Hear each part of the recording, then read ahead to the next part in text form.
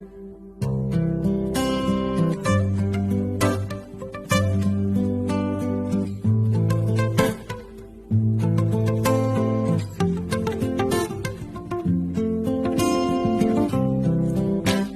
zatra loatra miaraka aminao aho, tsy mety tsony raha voatsenao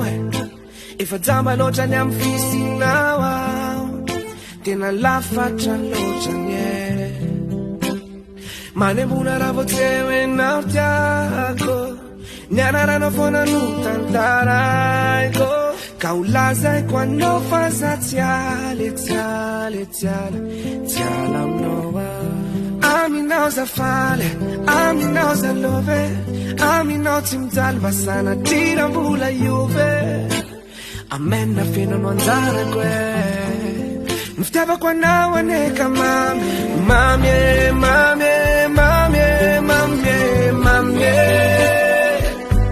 ny fitiavako anao solany raha mbola tsy ampy de mbola piko enao tena tiako fa ohatrany tonga ho malele le tsika mifampitatana eny an-dalambe, tsika roa samy nankafide samy nankafafiny tena mbola tadidiko tiako enao ka mavelo zay teny mamiko enao averiko menombeny aminao malala ihany no masamy teno e tena ty aminao za faly, aminao za love,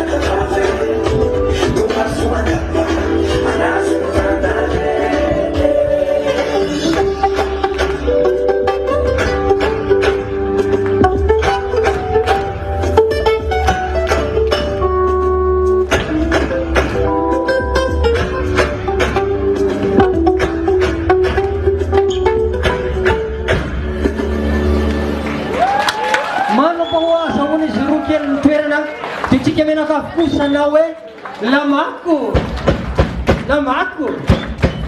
avereno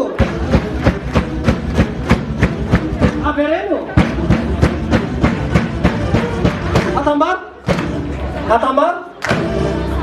mahazo toerana tompoko lasitiky vary tsy niakaratra mibona akory ny mahafahavaraky ny ano fa nitelotelo dakana amin'ny famantaran-taona karaha totokana ny niakaratra vaky tsy pena ny dian-jato raha faly ianareo zahay koketra ary razana tsy hitampo azy ato vomana ny orkestra miosiny tsy mahafinaritra ny ampiasa tsy manam-patapenana raha rehefa azo kokoa manao atsika